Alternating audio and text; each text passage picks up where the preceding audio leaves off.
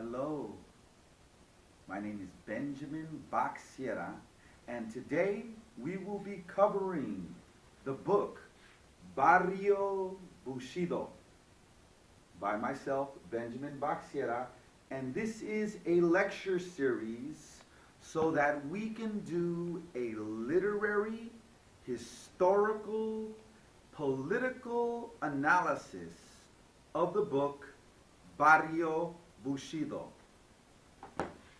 Today we will cover chapter 1 of the book, which is entitled Losing Balance. If you'd like to find out more information about the book Barrio Bushido or myself, Benjamin Bac Sierra, you can visit my website, todobododown.com, and you can also go on to my YouTube channel called Barrio Bushido TV. It is my pleasure to greet you and to be here in front of you. I am certain that before we talk about the book, you would like to know a little bit about the man himself. My name is Benjamin Bac Sierra, and I am from San Francisco's Mission District.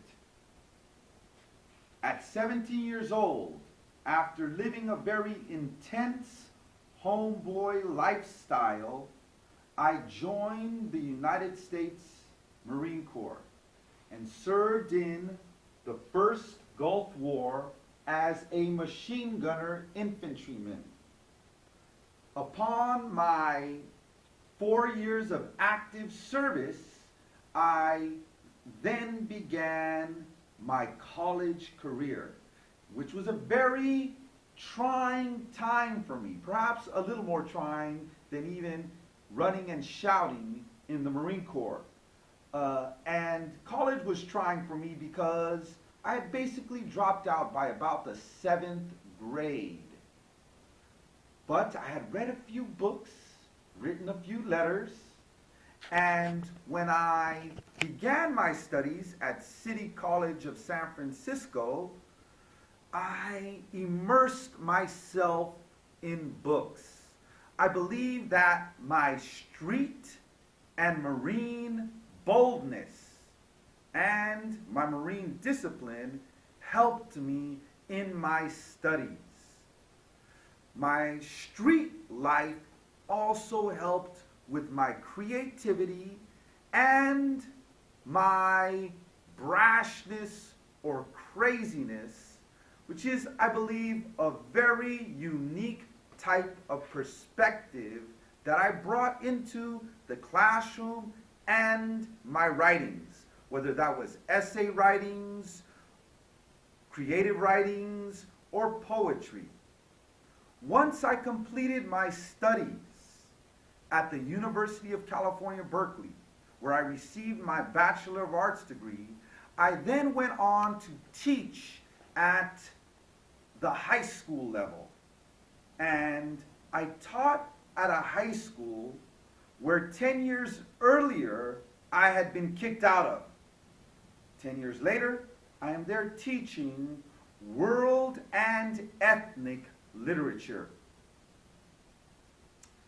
Once I finished that teaching credential program, which was a year in length, 32 units, I still had a desire in me to complete a novel that I had begun while I was at Berkeley.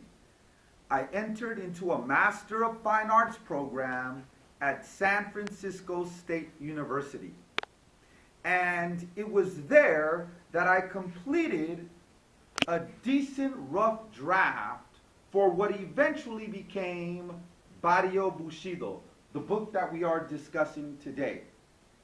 While I was at State, the book was not called Barrio Bushido. The book was called Takeoff.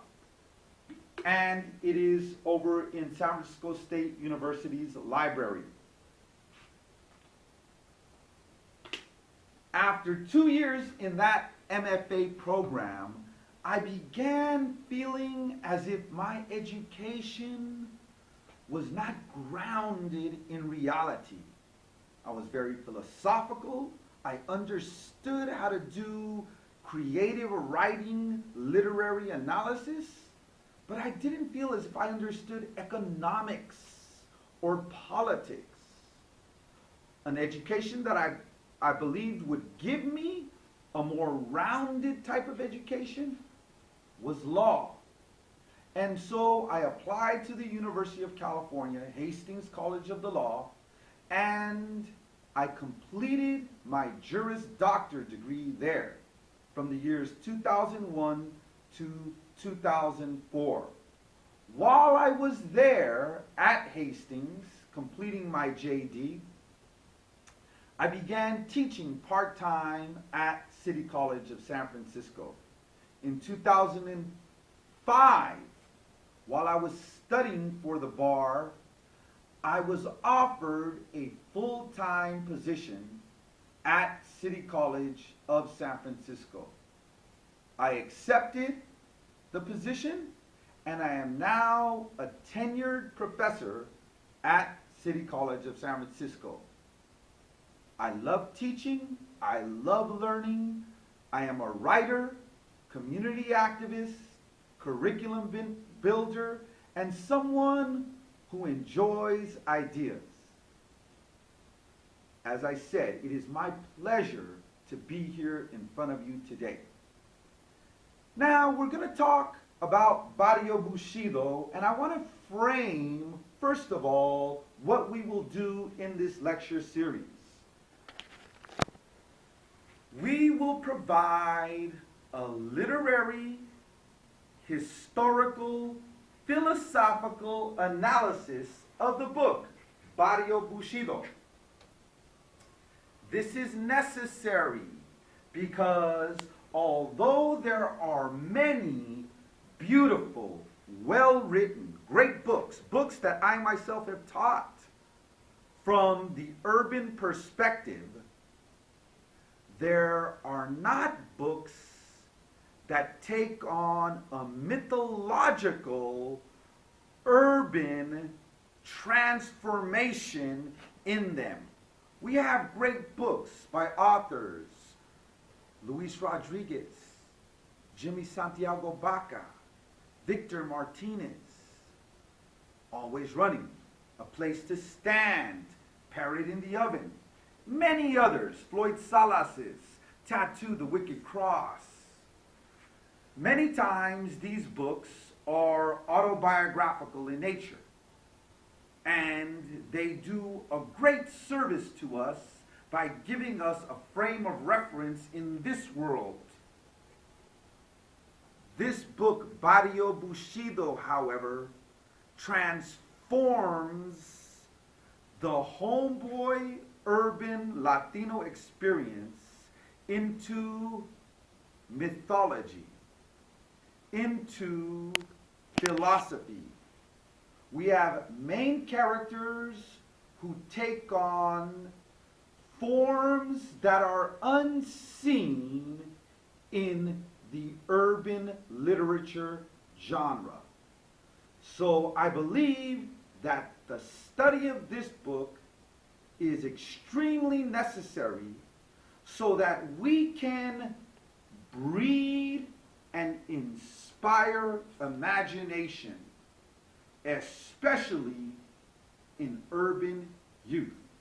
But all are welcome to understand these ideas, and many people have now read this book, reviewed it, and also written upon the themes inside of the book. If you would like to see some of their responses, you can visit todobododown.com, and there is a link there to student essays and also Barrio Bushido critical reviews.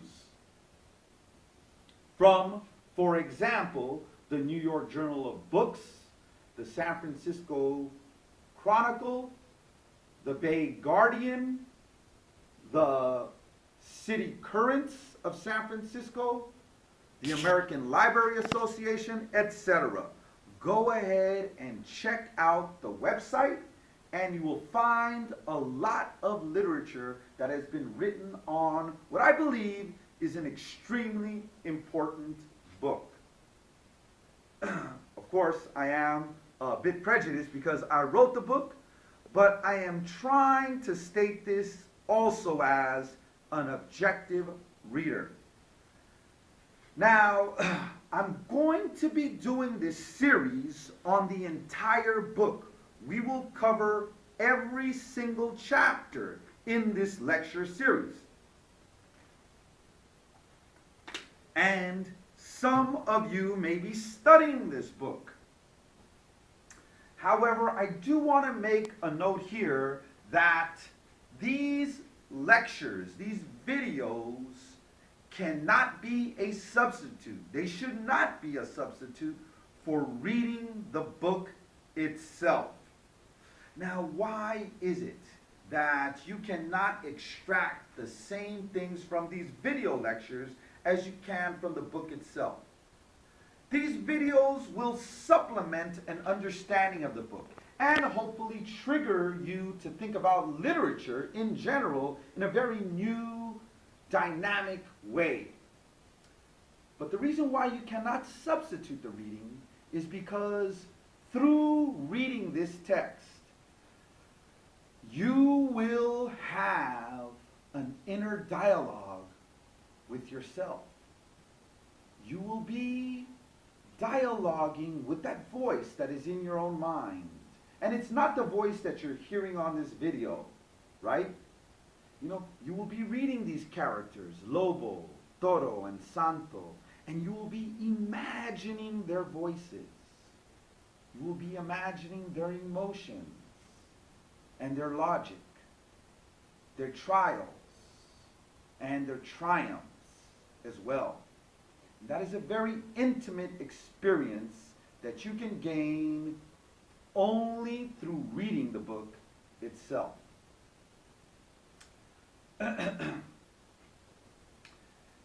Now, let's start our discussion on Barrio Bushido. Okay. Before we get into the text, I would like to discuss the book cover itself and the name of the book as well.